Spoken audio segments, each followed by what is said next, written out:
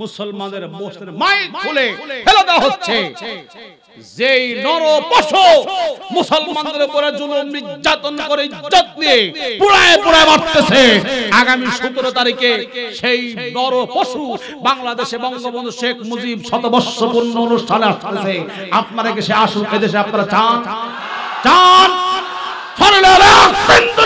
থাকতে ভারতের দালাল মোদিকে বাংলার মাটিতে পা রাখতে দেওয়া হবে না, হবে না, হবে না, হবে না, হবে না।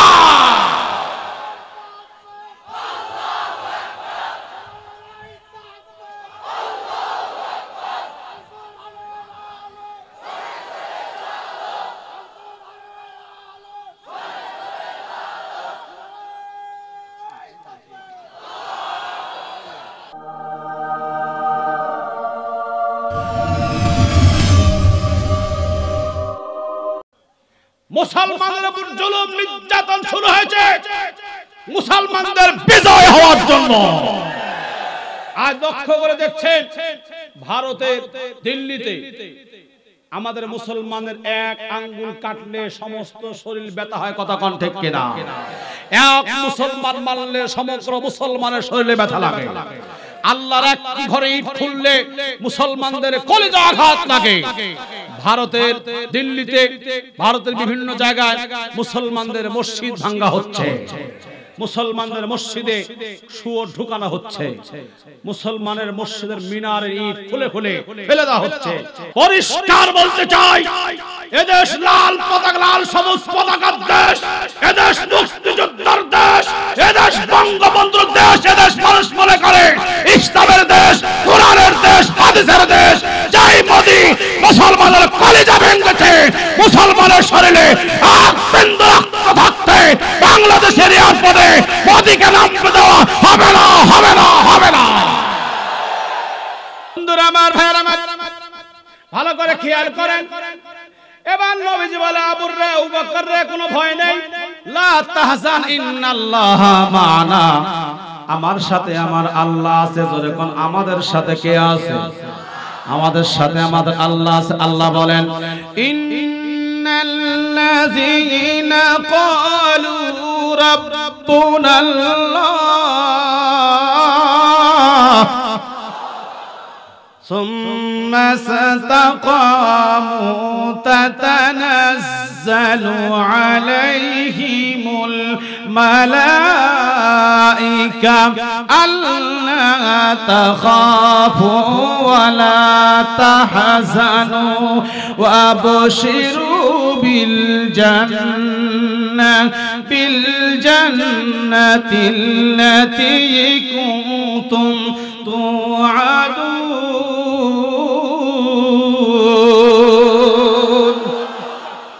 আল্লাহ বলেন, নিশ্চয় নিশ্চয় যারা বিপদে পড়ার পরে, মুসিবতে পড়ার পরে একমাত্র আমি আল্লাহকে রব বলে স্বীকার করবে, তাতানাজ্জালু আলাইহিমুল মালাইকা, ওই সমস্ত বান্দার জন্য আকাশ থেকে ফেরেশতারা সাহায্য নিয়ে আসে। আর যখন আকাশ থেকে ফেরেশতারা সাহায্য নিয়ে আসে, আল্লাহ তাখাফু ওয়া লা তাহজানু, এই দুনিয়ার জমিনে কোনো ভয় নাই, ভয় নাই, ভয় নাই, ভয় নাই। আখিরাতের ময়দানে কোনো চিন্তা নাই। ওয়া আবশিরু বিল জান্নাহ, ওই সমস্ত বান্দার জন্য আমার আল্লাহ তাআলা জান্নাতের শুভ সংবাদ দেন। জোরে জোরে কোন সুবহানাল্লাহ, আর জোরে জোরে কোন সুবহানাল্লাহ। জান্নাতের সুসংবাদ কে দিচ্ছেন? তাহলে সবাই একটু আমার সাথে বলুন, আল্লাহ তোমার জান্নাতে যাব। জোরে, আল্লাহ তোমার, সারা জীবন আমরা তোমার গোলামি করব, আল্লাহ তোমার জান্নাতে যাব। জোরে, আল্লাহ তোমার। মাথায় টুপি, মুখে দাড়ি, পাঞ্জাবি পরব, মাথায় টুপি, মুখে দাড়ি, পাঞ্জাবি পরব, মসজিদে যাইয়া মোরা নামাজ পড়িব, আল্লাহ তোমার জান্নাতে যাব। জোরে, আল্লাহ তোমার। কোরআন পড়ব, হাদিস পড়ব, জীবন গড়িব। মারহাবা, জোরে বলেন, আরো জোরে মারহাবা। কোরআন পড়ব হাদিস পড়ব জীবন গড়িব ইসলামের জন্য মোরা জিহাদ করিব নবীর জন্য মোরা জীবন দিব আল্লাহ তোমার জান্নাতে যাব জোরে আল্লাহ তোমার। তাহলে জান্নাতে যেতে হলে মাথায় টুপি দেওয়া লাগবে, মুখে দাড়ি রাখা লাগবে, মসজিদে গিয়ে নামাজ পড়া লাগবে, কোরআন মোতাবেক জীবন করা লাগবে, ইসলামের জন্য জিহাদ করতে হবে। কথা বলো ঠিক কিনা ভাই? জিহাদের কথা বললেই অনেক আবার মনে করে জিহাদ মানে জঙ্গি, জিহাদ মানে জিএমবি, জিহাদ মানে খারাপ জিনিস। আর জিহাদ মানে কিন্তু ভালো জিনিস। কথা কোন ঠিক কিনা ভাই? জিহাদ মানে হলো প্রচেষ্টা করা, প্রণালিত করা, আল্লাহর জমিনে আল্লাহর দ্বীন কায়েম করার চেষ্টা করার নাম হচ্ছে জিহাদ। মাঝখানে ছোট্ট একটা গল্প করব আপনাদের কাছে। এক লোক বোকা, বউটা খুব চালাক। লোকটা বোকা, বউটা খুব চালাক। আমি একটু হিসাব নিকাশ করে দেখছি, মনে হয় আল্লাহর তরফ থেকে ফয়সালা হয়। লোকটা যখন বোকা হয়, বউটা একটু চালাকি হয়, আর সংসার স্ত্রী নিয়ন্ত্রণ করে। তো স্বামী বোকা মানুষ, তো যে কাজ করতে বলে সে কাজই ঠকে। বোকা শোনো স্বামী, তোমাকে যে কাজ করতে বলে তুমি সে কাজেই ঠকো। সামনে কুরবানি হাট, এই টাকা নাও 10,000, কুরবানি হাটে যাও, মরদ ছাগল কিনে আনবে, আল্লাহর রাস্তায় কুরবানি দিবা। স্বামী কত, তোর কোনো চিন্তা নেই, তোর কোনো চিন্তা নেই, আমি মরদ ছাগল ঠিক কিনে আনবো। হাটে গেছে, দেখে হাটে একটা মরদ ছাগল।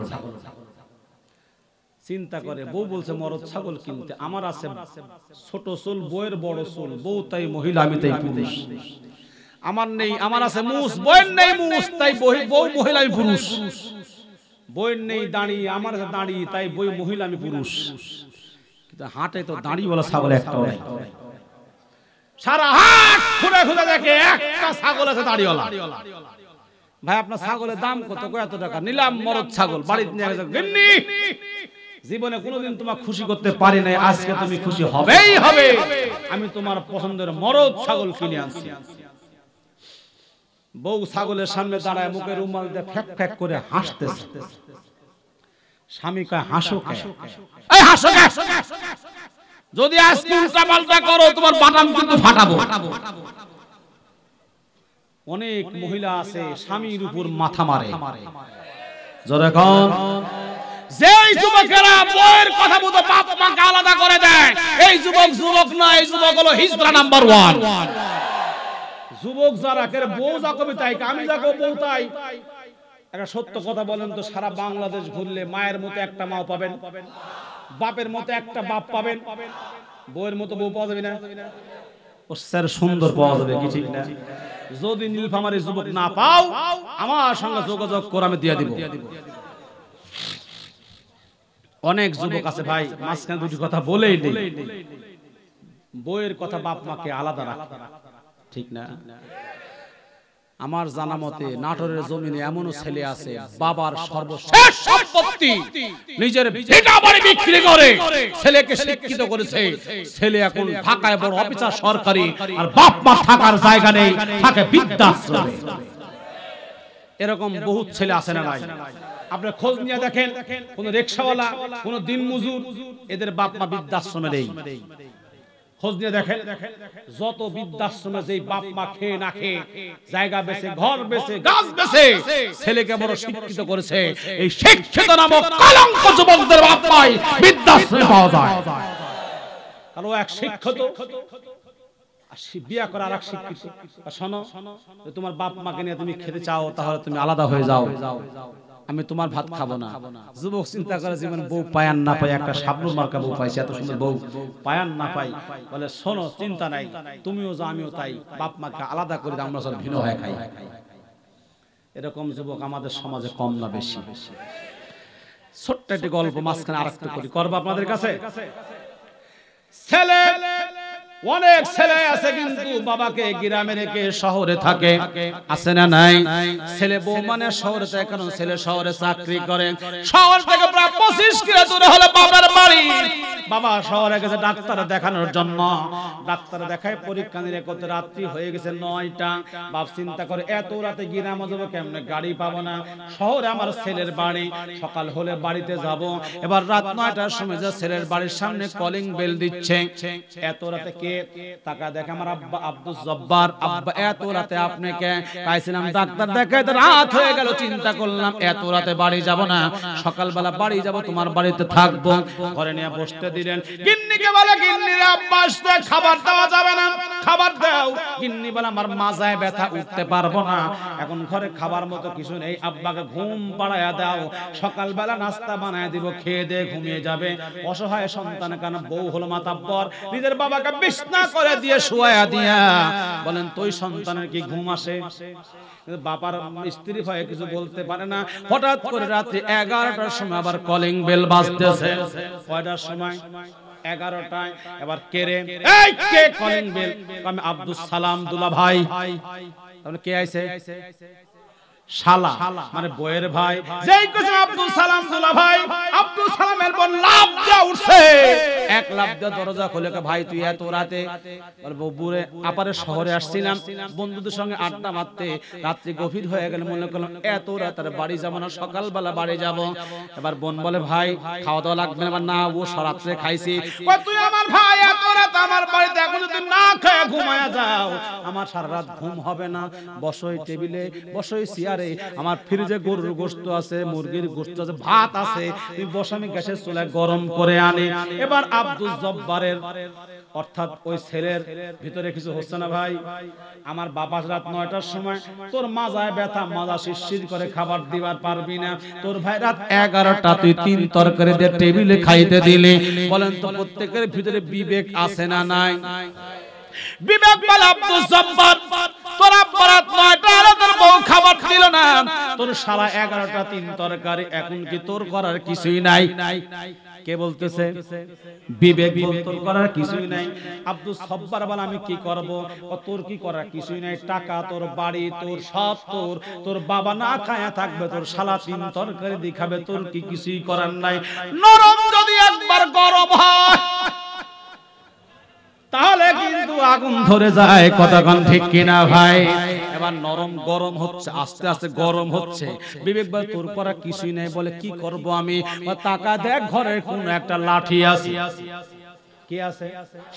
লাঠি দিয়া করব কি? বল লাঠি আগে হাতে নে, আমি বলে দিচ্ছি। এবার লাঠি যখন হাতে নিছে, বিবেক বলতেছে তুই তোর বইয়ের পাছা বরাবর 2টা বাড়ি মার।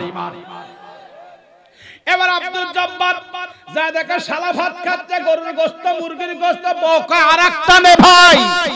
এবার আব্দুল জব্বার লাঠি দিয়া বইয়ের পাছা বরাবর 2টা বাড়ি মারছে। বউ লাফ দিয়ে উঠছে। শালা আব্দুল্লাহ ভাই আমার বোনকে আপনি মারলেন কেন? শালা কা তোর বোন আমার কি হয়?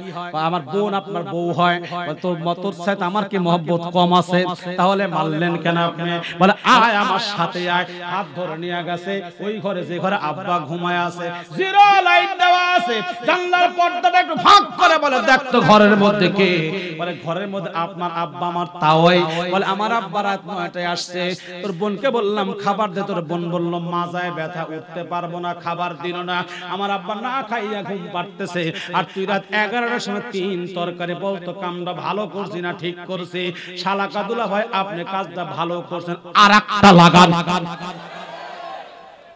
আরেকটা লাগান। ও মানুষের জাতটা কুত্তার জাত। নিজের ভাইকে 3 তরকারি, আর যার কারণে সে বাড়িতে ভাত খায়, একসঙ্গে ঘুমায়, তার বাপের খবর নাই। ও কুত্তার জাত, আরেকটা লাগান দুলা ভাই। যদি এরকম ঘরে ঘরে থাকতো তাহলে বলেন তো অশান্তি থাকতো? বন্ধুরা আমার, ভাইরা আমার, এবার নবীজি বলে ওমর রে ভয় পেও না, লা তাহজান ইন্নাল্লাহা মানা, আমার সাথে আমার আল্লাহ আছে। মনে আছে আপনাদের? হাবিবুনা মালিক ডাকতে পারেন, নবী যাচ্ছেন, লা তাহজান, কোনো ভয় নেই। নবীজি সাবির মাসুদ কাবার চত্বরে কোরআন শরীফ তেলাওয়াত করতেছে। মনে আছে? ওই কথাগুলো শেষ করতে আরো আধা ঘন্টা লাগে, আপনারা থাকবেন না ভাগবেন? বন্ধুরা আমার, ভাইরা আমার, নবীজি বললেন লা তাহজান ইন্নাল্লাহা মানা, কোনো ভয় পেও না, আমার সাথে আমার আল্লাহ আছে। এবার নবী হাঁটি হাঁটি পা পা করে আবু জাহেলের দরবারে যাইয়া দেখতেছে আবু জাহেল রূপার চেয়ারে আর হাবিব বিন মালিক স্বর্ণের চেয়ারে বসা আছে। স্বর্ণের চেয়ারে বসে আছে। ও বন্ধু, এবার নবীজি গিয়া দাঁড়ালেন তার বরাবর। এবার হঠাৎ করে নবীজির সামনে দাঁড়ায়া হাবিব বিন মালিক ডাক দিয়ে বলে, নবী গো, আমি জানি আপনি নবী, আমি শুনেছি। হাবিব বিন মালিক বলে, আমি জানি আপনি নবী, নাম মুহাম্মদ শুনেছি। আমি আপনাকে একটা প্রশ্ন করব, উত্তর দিতে পারলে আমি আপনার হাতে কালিমা পড়ে মুসলমান হয়ে যাব। নবী হাবিব বিন মালিকের সামনে দাঁড়ালেন। হাবিব বলে, নবী আপনি চেয়ারে বসেন। ছাত্র যেমন উস্তাদকে দেখে চেয়ার থেকে লাফ দিয়ে দাঁড়ায় যায়, আমার নবীকে দেখে হাবিব বিন মালিক চেয়ার থেকে লাফ দিয়ে দাঁড়ায়া গেল। ইজ্জত দেওয়ার মালিককে, বেইজ্জতি করার মালিককে।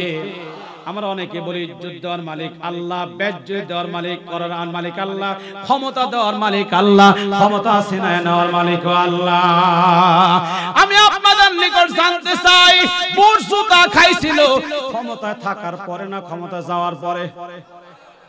সত্যি কথা বুঝে শুনে বলেন। নমরুদ জুতা খাইছিল ক্ষমতায় থাকতে না ক্ষমতায় গেলে? তাহলে বোঝা গেল ক্ষমতায় এক জিনিস, ইজ্জত সম্মান আর এক জিনিস। ক্ষমতায় থাকতে আল্লাহ জুতা পিটা করতে পারে কি পারে না? পাহাড়ে থেকে লাভ নাই, যদি আল্লাহ বলে জুতা আমারে ঠেকাইতে পারবে না। তুমি তো যদু বধু ছুটি পুনা। নমরুদ পারে নাই, কারণ পারে না, হামান পারে নাই, সাদ্দাত পারে নাই, নমরুদ পারে নাই, ডম্বল বুশ পারে নাই, তুমিও কোনোদিন পারবা না। কথা কোন ঠিক কি না? ভাইয়ের আমার, আসুন একটু সামনের দিকে চলে। হাবিব বিন মালিক দাঁড়ালেন। আবু জাহেল বসে থাকতে পারে না, তিনিও দাঁড়ায় গেল। এবার চেয়ার দুইটা খালি।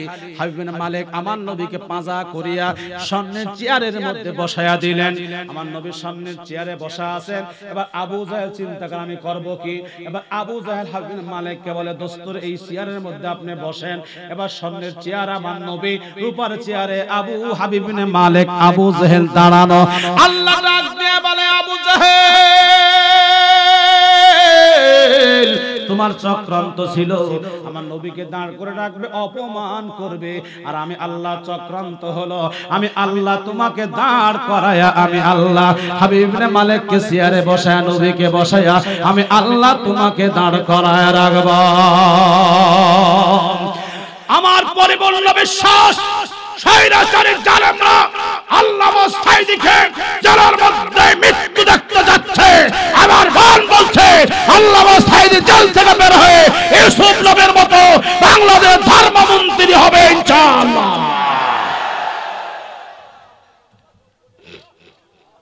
আমার মন বলছে। ভাইরা আমার, এবার আবু জাহেল দাঁড়ালো। হাবিব বিন মালিক স্বর্ণের চেয়ারে, নবীজি স্বর্ণের চেয়ারে, হাবিব মালিক রূপার চেয়ারে। এবার হাবিব বিন মালিক বলে, নবী গো, আমি আপনাকে জানি মুহাম্মদ আপনি আল্লাহর নবী, কিন্তু একটা প্রশ্ন আমি আপনাকে করব, যদি উত্তর দিতে পারেন আমি আপনার হাতে থেকে কালিমা পড়ে মুসলমান হয়ে যাব। আবু জাহেল বলে, দোস্তরাম, তোমাকে বিচার করার জন্য তুমি কেন প্রশ্ন করবে? আবু জাহেল জানে মুহাম্মদকে প্রশ্ন করে ঠেকানো যাবে প্রশ্ন করে ঠেকানো যাবে না। বলে, দোস্তরে কোনো প্রশ্ন নয়, তুমি বিচার করো। আবু জাহেল বলতেছেন, দোস্ত বিচার করো। হাবিব বিন মালিক বলে, আবু জাহেল নেতা আমি না তুই, চুপ কর বেটা বেয়াদব, একটা কথা বলবি তো আমি চলে যাব। আমি মুহাম্মদকে একটা প্রশ্ন করব, উত্তর দিবার পারলে কালিমা পড়ে মুসলমান হব। দেখি হাবিব বিন মালিক আমার নবীকে কি প্রশ্ন করেন, আমার নবী উত্তর দিতে পারে কি পারে না, দেখার দরকার আছে না নাই? ভাইয়েরা আমার, আসুন একটু সামনের দিকে চলি। কাবার চত্বরে কাবার চত্বরে নবী সাহাবী ইবনে মাসউদ জোরে জোরে কোরআন তেলাওয়াত করতেছে। মানুষ জমা হওয়া শুরু করলো। মানুষ যখন জমা হচ্ছে, নেতার কাছে খবর গেল, নেতাজি বাইতুল্লাহর ভিতরে কোরআন তেলাওয়াত করে ইবনে মাসউদ, মানুষ জমা হয়ে শুনতেছে কি করা যায়। এবার আবু জাহেল উঠে আসলেন হাঁটিয়ে পা পা করে। বাইতুল্লাহর আবু জাহেলের বাড়ি খুব কাছাকাছি। বাইতুল্লাহর আবু জাহেলের বাড়ির মাঝখানে শুধুমাত্র সাপার মারওয়া পাহাড়, অল্প একটু জায়গা। বাইতুল্লাহর পরে আমার নবীর বাড়ি, যে নবীর বাড়িটা এখন হলো বর্তমান মক্কা লাইব্রেরি। ও বন্ধু, নবীর বাড়ির পাশে বর্তমান জমজম কূপের পানি বের হয়। ভাইয়ের আমার ভালো করে খেয়াল করতে হবে, যদি মক্কার স্মৃতি বিজড়িত নবীর কথা বলতে যাই, শুধু মক্কার কথা বলতে আমার 1 ঘন্টা সময় লাগবে।